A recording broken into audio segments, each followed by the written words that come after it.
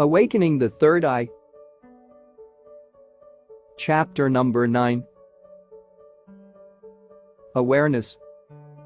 Note, throughout this book, whenever the term the eye is mentioned, it refers to the third eye and not to the physical eyes.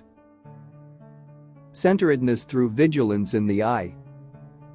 Let us start with a simple experience.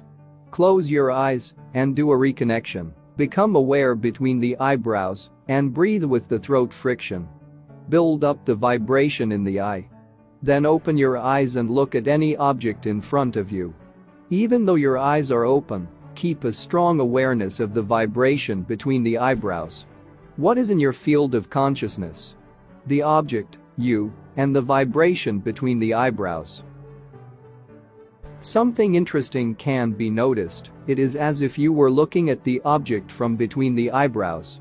You are not trying to do so, it just happens automatically. You just look at an object, keeping a strong awareness of the vibration in the eye. And very naturally you find yourself looking at the object from between the eyebrows. In other words, you are centered. Note that you are not actively doing anything to achieve centeredness. It just happens by itself. This is because the very nature of the third eye is centeredness. Therefore, whenever your eye is operating, you find yourself centered. Take another object and start looking at it. At the same time, remain aware of the vibration between the eyebrows. Another finding is that your mind tends to quieten. Once more, you are not trying to make your mind silent. Anyway, it is hopeless to try to achieve inner silence by fighting against the mind. So don't try anything, don't do anything, just keep some awareness of the vibration in the eye. And as a byproduct you will find that your mind is quieter than usual. How does this happen? As soon as you are in the eye, you are already a bit out of the mind. Remember the eye contact exercise we did in section 5.9. We were observing the layer of ordinary mental consciousness, called manas in Sanskrit. This manas mind, made of grasping and conditioning, is the facade, the one that goes on talking in your head all the time. And the third eye is the gate that leads out of it. So that each time you go into your eye you make a first step out of the mind, and therefore everything calms down. Repeat this practice, 9.1, over and over again.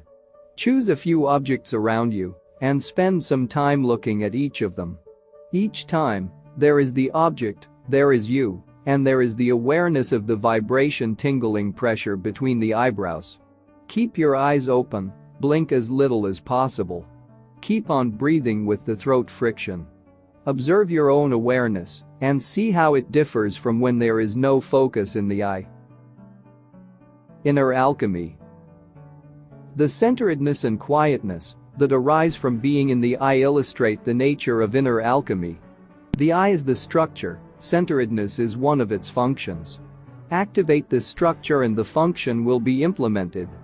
Instead of trying to fight mentally against your mind to achieve inner calmness, you build up a new structure, the third eye.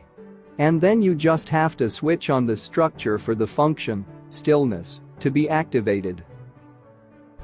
This is one of the great secrets of inner alchemy. Do not try to solve a problem on the level of the problem.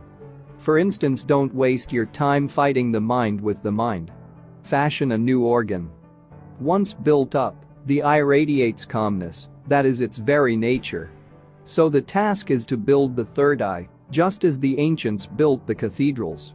It is a work that requires perseverance, or, according to one of the mottos of the Clairvision school, supernatural persistence. And then one day you realize that you just have to be in your eye to make your mind silent. Nothing to fight, nothing to try, mastery is complete. You can see the thoughts coming towards your mind as little forms, and you can choose whether you wish to let them in or not. Let us take another example, meditation. You may have reached a very high state of meditation once, or a few times in your life, for instance when withdrawing from your daily activities and undergoing a meditation retreat for a few days or weeks. But then going back to work and resuming your usual life, the high state of consciousness gradually fades, and you get caught back into your daily routine of thoughts. The answer given by inner alchemy is, don't fight to retain the experience. You can't maintain it because you are lacking the proper organ, the structure of energy, that would allow you to stabilize yourself in a higher state of consciousness.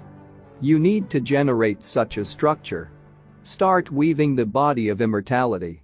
Open the central channel of energy in the middle of the body. Build up the crown center at the top of the head. Create the proper subtle organs, and it won't only be during meditation retreats that you will be able to experience an expansion of consciousness, it will be all the time. Even in the middle of a crowd, in a busy railway station, or while driving in traffic jams, the new state of consciousness will remain with you. The experience won't depend on your mind being made quiet through seclusion, far away from the world. Spiritual awareness will radiate from the self through the vehicles that have been built, no matter what happens around you. We are now at the stage of building the third eye, as a first step in the realization of the body of immortality. Permanence in the eye. Spiritual paths are many and varied, and so are their techniques. They invite you to look at the world and at yourself from different angles. But there are a few common points to most of them. The central theme that can be found in nearly all methods of self-transformation is the necessity to maintain a permanent inner awareness. Indian masters often like to make their disciples ponder on what it is that distinguishes an enlightened sage from any other human being. The latter may be more intelligent, more educated, more handsome than the sage. He may have all sorts of skills that the sage does not have. But there is one fundamental characteristic that makes all the difference between the two. The sage is permanently aware, and the other is not. The sage has exploded into a space of consciousness in which inner awareness is spontaneous. The other one's mind is caught in unceasing thoughts, perceptions, and emotions that overshadow the perception of his self. To sustain this awareness, all sorts of methods have been designed by generations of spiritual inventors. Some use a mantra, a sequence of sounds endowed with power, and repeat it inside all the time. Like the great yogi Ramdas, for instance, who reached his enlightenment by repeating the mantra Om Ram non-stop for 20 years. Equivalent practices can be found in Christian mysticism in the constant repetition of certain prayers. The method can be very powerful, even though it does not necessarily suit everybody. The constant repetition of a sequence of sounds is but one way among many. The problem is to find one method that fits your energy and to stick to it. I suggest that you ask yourself the question, what is my magic wand? Meaning, what device am I using to remain aware all the time? And does it work? If you care for your spiritual development, then this question is vital. As long as the answer to the second question remains no, you are not even a candidate for higher states of consciousness and for initiation. Note that the technique that is right for you is not always the one you like in the beginning. Success in spiritual practice comes from persisting. If you study the lives of enlightened masters, you will find that quite often, when they started their path, they did not understand anything of what they were doing. The technique they had been given, the one through which they were going to reach enlightenment later on, seemed to them arid, unproductive and foreign. So why did they become masters, while many others got nowhere? They persisted, to the point where this persistence became more important than the technique itself and ended up leading to a phenomenal breakthrough. In the clairvision path of inner alchemy, the first of the magic wands is to establish permanent awareness in the eye. If you can look at an object and at the same time remain aware of the vibration between the eyebrows, then you can also walk, for instance, with the same awareness. Why don't you give it a try, right now? Another of our mottos. Leave your book for 1 minute and walk around with a total awareness of the vibration between the eyebrows. So, this is a first extension of your spiritual quest into your daily activities. Now, each time you walk, you can be a seeker. You can either wander without any awareness, swallowed by your thoughts, or you can be totally in the vibration between the eyebrows. Driving is another activity that you will find easy to marry with your awareness in the eye. Driving from the eye is harmonious and immensely satisfying for the soul. The focus keeps you aware and centered, and you can drive for longer periods of time with less tension and less fatigue. Moreover, you remain vigilant, and your angle of vision is wider, which improves the safety of your driving. Then the purpose is to extend your awareness to more and more of your activities until you reach a constant focus in the eye. At one stage, this eye-centered awareness will become automatic and effortless. It will be integrated into all your actions. Then you become a candidate for initiation. Think of all the monks who spend their lives in a monastery with nothing else to do than pray or meditate from morning to night. Only a small percentage of them will reach the enlightenment they are after. How then could you hope to have a chance just by meditating 20 minutes twice a day and being caught in the turmoil of modern life the rest of the time? The answer lies in extending your awareness to every situation of your daily life. Start using the world to become more aware. Then the world becomes your teacher instead of your adversary. The most insignificant circumstances turn into beautiful opportunities to test and enhance your centeredness and your vigilance. For it is very possible to slumber in a monastery, to withdraw into a disconnected inner life that avoids key issues and leads nowhere.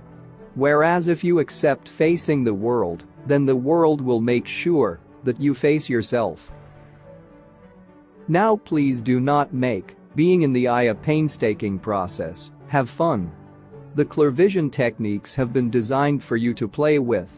There can be a foolish way of remaining in your head all day, only remembering your purpose of vigilance from time to time, and getting angry at yourself for letting your mind wander. Instead of being swallowed by your daily routines and remembering the focus in the eye only now and then, I would suggest that in the beginning, you apply yourself to performing certain actions with a total awareness between the eyebrows. For instance, do the dishes being 100% in the eye. If you put all of yourself into it, after a few times it will become automatic. Each time you start washing up, the presence in the eye will come by itself. Incidentally, note that washing up can become a very refreshing activity if you use a flow of running water and release your tensions and wrong energies into it as you process the dishes. Several activities that would usually be regarded as plain and boring will become unexpectedly fascinating if you perform them from the eye. As more and more seeingness and vision are added to the focus in your eye, the world turns into a constant source of wonder. You can very well implement this path where you are, here and now. Leaving your job and fleeing into a cave would not necessarily be an advantage. The problem is not so much to change your activities, but to achieve them with the new awareness. Life in the eye, tips, tricks and traps. It is always good to use a few reminders. Each time you see them, you go back to your focus. For instance, tie a ribbon around your wrist, or stick little pieces of paper at key locations on your walls. Or write a note on your mirror. Paint one of your nails a different color. Doors and gates have a strong symbolic resonance. A powerful practice is to remind yourself of your spiritual aspiration each time you cross a doorway. Another powerful method is to get a watch with a countdown and to make it ring, say every 7 minutes. Each time you hear the signal, refocus your awareness in the vibration between the eyebrows and breathe with the throat friction for 10 or 15 seconds. 7 is a good number for self-transformation. Actually, what is important is not the length of the interval, but the fact that the signal and the practice are repeated with extreme regularity. This gives a sense of rhythm to the astral body and deeply imprints in you the habit of being in the eye. Now let us try something. Close your eyes, start breathing with the friction, build up a strong vibration between the eyebrows for 1 or 2 minutes. Then open your eyes, keeping the tightest focus between the eyebrows, and look at yourself in a mirror. Obviously your friends and relatives will find it a bit confronting if you address them with a face like that. So what to do? Firstly, whenever you are talking to somebody, practice being in both the eye and the heart, so that the intensity of your eye will be tempered by the opening and the softness of your heart. Secondly, when, through practice, you have become more established in your eye, the intense semi-frowning of the beginning will disappear and you will look quite normal. Meanwhile, try to play it diplomatically. The harvest of permanence. Let us review and try to understand the benefits that result from maintaining permanent awareness in the eye. Awareness. First and most important of all is the awareness itself, as discussed above. Whoever is aware is sailing towards the self. Whoever is not is wasting beautiful opportunities for growth. Centeredness. As shown by the simple experiences at the beginning of this chapter, one of the direct results that comes from being in the eye is a more centered state of consciousness. In the philosophy of yoga, yoga dharana, there is an important word viksipa. Viksipa refers to a scattered and spread out condition of the mind. The great seer Patanjali in his classical Yoga Sutras, Aphorisms on Yoga, described viksipa as one of the major obstacles on the path towards spiritual reintegration, Yoga Sutras 130-31. The more your eye develops, the more you will find that you have the capacity to maintain a still and silent state of mind at will. An awareness beyond the discursive mind. The advantage of using the eye for the purpose of awareness is that it leads to a vigilance that is beyond the common layer of the discursive mind. One of the main pitfalls when you apply yourself to a path of awareness is watching your mind with your mind. Some people manage to reach a certain awareness of their thoughts, but a purely mental one. In other words, each time they have a thought, say about their friend Brunald for instance, another thought comes up, I'm thinking of Brunald. And so on. These people often get dissatisfied after some time. They have the feeling they are doing all the right things, starting with awareness, and yet nothing ever happens. They remain floored in their usual mental consciousness. They never experience any real breakthrough towards an expanded state of consciousness. The reason is obvious. The true aim is the awareness of the self, and not only self-awareness. Manas, the layer of ordinary mental consciousness, the one that goes on talking in your head all the time, is the main veil between you and the self. Therefore the purpose is to emerge out of the manas mind into the self, and not to get the manas mind to mimic a higher awareness by adding thoughts after thoughts. So it is when you start to watch the mind from outside the mind that your awareness becomes spiritually rewarding. And that is why it can be so valuable to work at an opening of perception. When achieved according to our principles, the opening allows you to step out of the manas mind. The main point is not so much to see auras and non-physical worlds, but to see from out of the mind. Then you start existing out of the cage. Now you can understand better why it has been constantly repeated in this book that the essence lies not in what you see, but in the fact of seeing. In terms of spiritual development, the content of the visions is secondary compared to the breakthrough out of the layer of usual mental consciousness. The people who spend too much energy trying to analyze the symbolic meaning of their visions often miss this point completely. Building the eye. By remaining permanently focused between the eyebrows, you quicken the evolution of the eye to a considerable degree. The eye is nurtured by your awareness. Moreover, you establish a connection that allows spiritual guides and helpers to give energy and support. It is their function in the first stages of your spiritual development to come and chisel your subtle organs of clairvoyance. Their task is greatly facilitated if you maintain a constant vigilance. Truly, the awareness that you are aiming at is a connected one. Instead of saying be aware in the eye, one could say remain connected through your focus in the eye. If you devote yourself to establishing a certain permanence in the eye, the feeling of connection with your own energy will become more and more obvious. Persistence in this work also fosters several physiological changes in the nerves and glands that are related to the third eye. The third eye itself is not physical, it is an organ of energy.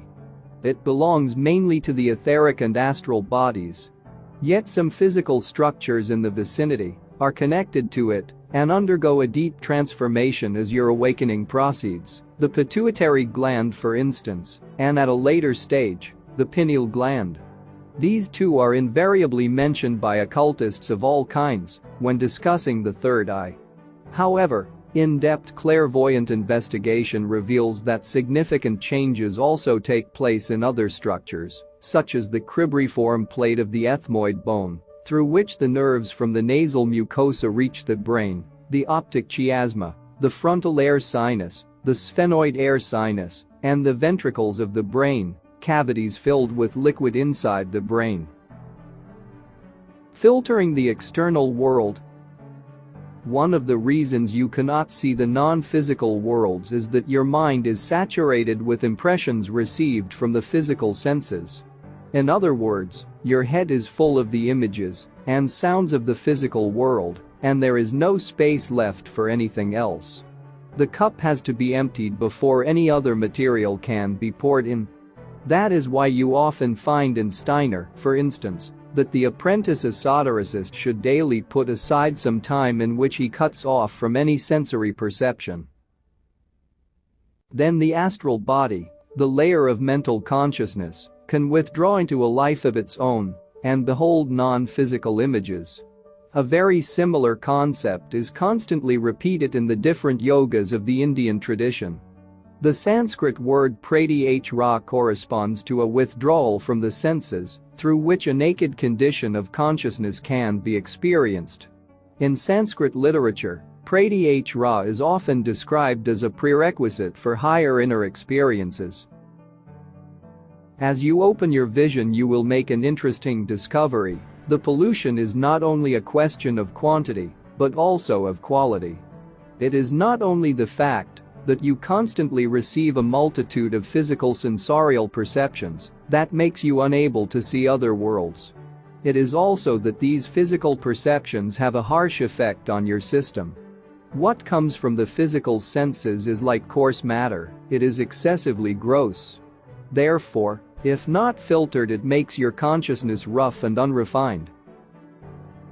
In other words, you are permanently inundated with unprocessed impressions, images, sounds, smells, and so on. These rush into your consciousness and create much more damage than you think. To draw an analogy, it is as if the nutrients you eat were sent directly to the organs and tissues of your body without having been processed through the digestive tract. If that were the case, your physical body would lose its identity. It would become too outside-like. And that is exactly what happens to your consciousness. It loses its self-identity. The self can no longer be discerned among this tidal wave of external impressions. I want to insist on this fact because it appears essential when one observes the economy of consciousness clairvoyantly. The same way as your physical body is made of what you have eaten, all the sensory impressions contribute to weaving your layer of mental consciousness. And in the present situation, a thick cloud of coarse astral matter is being generated in you day after day, veiling the self. What happens when you remain aware in your third eye? The impressions coming from the external world are received in the third eye first instead of rushing straight into your mind. Remember the exercises on centeredness at the beginning of this chapter, where you look at an object and you remain aware between the eyebrows. Automatically it is as if you were looking from the third eye, meaning that the visual impressions reach your third eye first. Then what happens? The third eye digests these impressions. It filters and processes them. This mechanism will strike you as soon as you observe it clairvoyantly. The quality of vibration of what enters your head differs markedly, depending on whether or not it has first been processed by your third eye. The perceptions that have first transited through the third eye are smooth and refined. Those that have not are harsh and cacophonous. They hurt like a headache. They weave your consciousness in a way that is unfit for spiritual awareness. Understanding and applying this principle is enough in itself to change a destiny. For what does one see when observing the mind clairvoyantly? The thoughts of the mind are not abstract entities, they are made of a certain substance. Of course, this substance is not physical, but still it exists as matter on a certain level. And the quality of your mental substance determines the quality of your thoughts. Spiritual thoughts, or even just clever thoughts, simply cannot grow or be received if the mental substance is gross and poor. If you care for your spiritual development, I suggest you ponder upon this point. Practice. You may sit or stand, but make sure that your back is straight.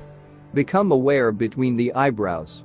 Logically, after reading this chapter you should already be between the eyebrows. Become motionless. Limit your blinking and the movements of your eyeballs. Images. Look at an object around you. Look from the eye. Receive the object in the eye, between the eyebrows. Try to put into practice the filtering effect that we have just discussed. Try to feel the weight of the images on your third eye, as if the images were pressing between your eyebrows. Make sure that no visual impression bypasses the eye. Become aware of the processing of all physical images by the third eye. Then drop any awareness of the eye. Release your focus. Start looking at the objects in a usual mental way and see the difference. Can you perceive that the vibrations reaching your head are less subtle? Sounds. Apply the same method to sounds. Put some music on and first spend 1 minute listening to it without any particular awareness and without focus in the eye. Try to appreciate the quality of vibration of what is taken in. Then become aware between the eyebrows. Listen from the eye. Maintain your focus in a way that the sounds are received in your eye. Try to sense the difference in the nature of the vibrations that penetrate inside you. Smells. Now practice with something that stimulates the sense of smell. First smell the substance without any particular awareness. Then receive the smell from between the eyebrows, smell from the eye. How does the input differ when filtered through the eye? Taste. Start eating a meal without any particular awareness. Then, after a few minutes, start tasting the food from the eye. In this instance, the difference in the quality of vibration will be especially striking. Then practice more selectively with different tastes and foods.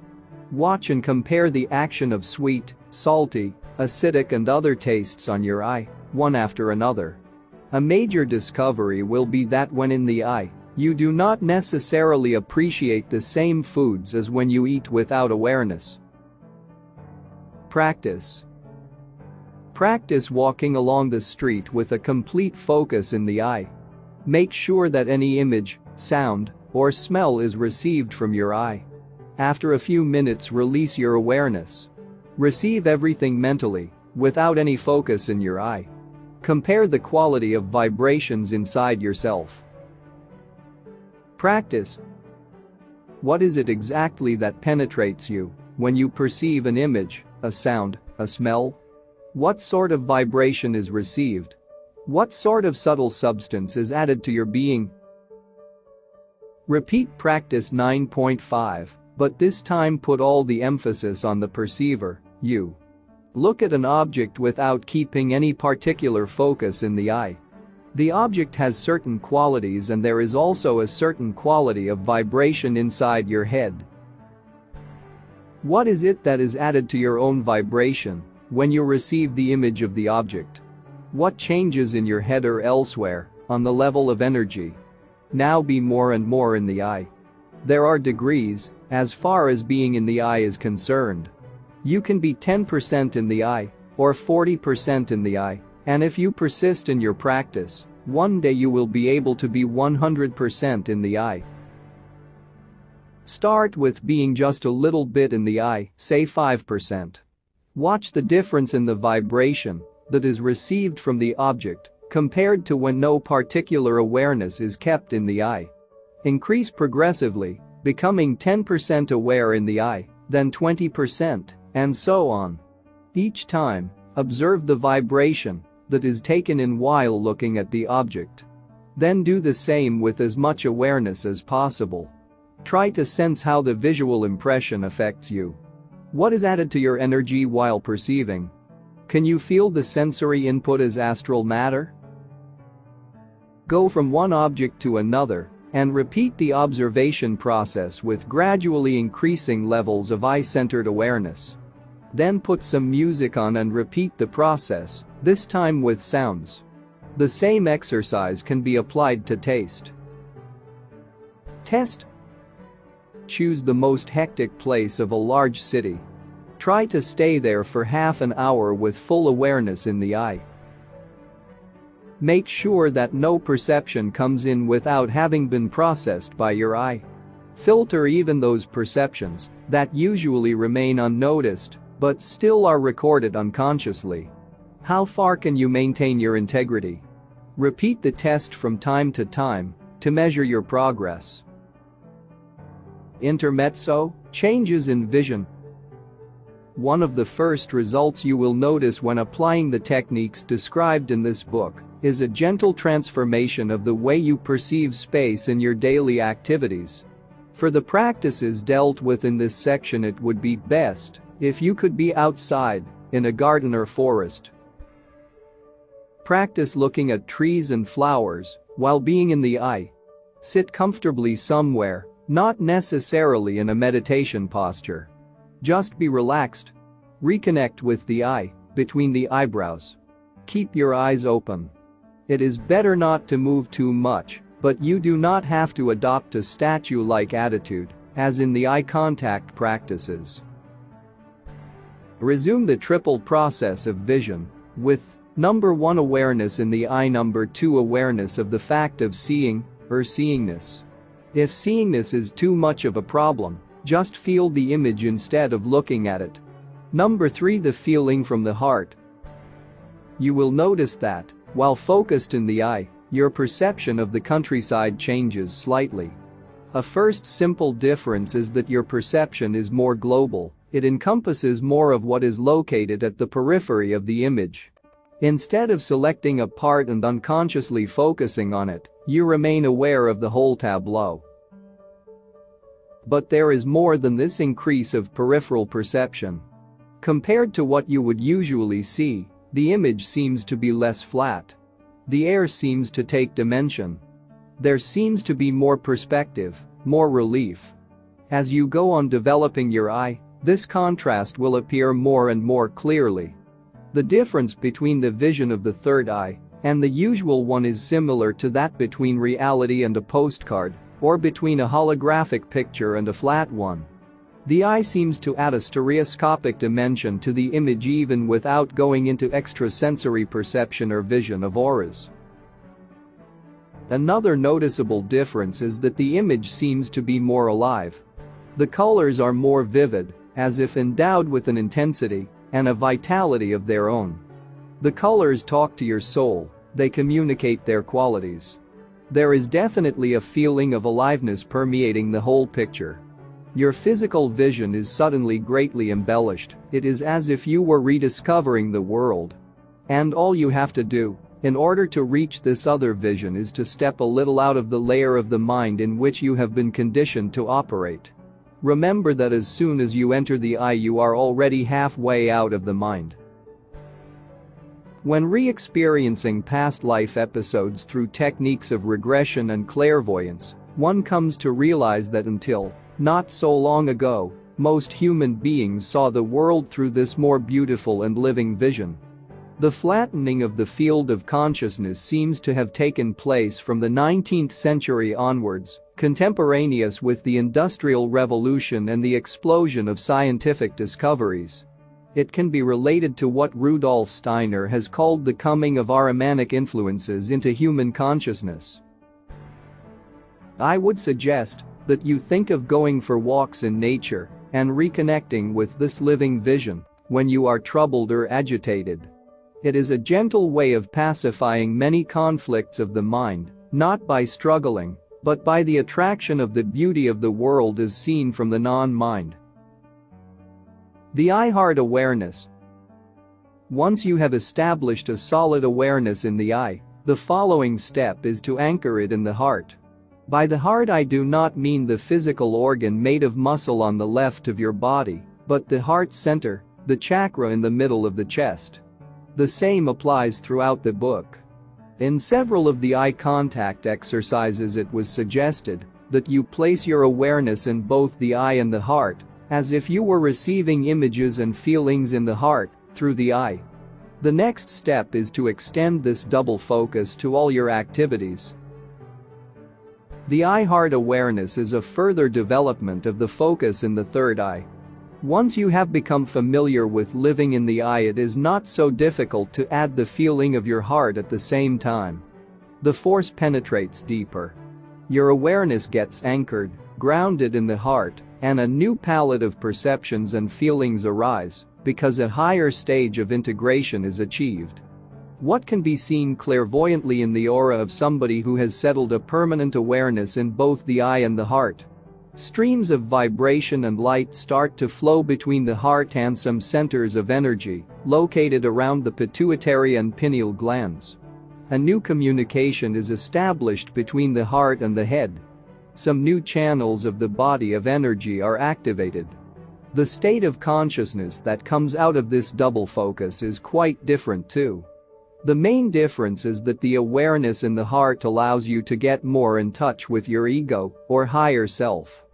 Your self receives more and more of your perceptions instead of being disconnected from your conscious existence. A new form of thinking arises from your permanent focus in the I. And you can connect this new thinking with the presence of the self in the heart. This double focus definitely leads you towards becoming more present in your environment. You can't do things mechanically and soullessly if you are fully aware of your own presence in the heart.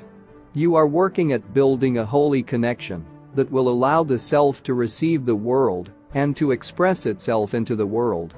In other words, you are preparing the great alchemical wedding, that of the self and the world. When to start? When should you drop the single focus in the I and start the double I-heart one? Not too soon. Of course, it depends how much of yourself you throw into the practice. But still, it takes at least 1 or 2 years of permanent awareness for the alchemical transformation of your third eye to be fully engaged. It would be a great mistake to stop digging too soon and divert your attention.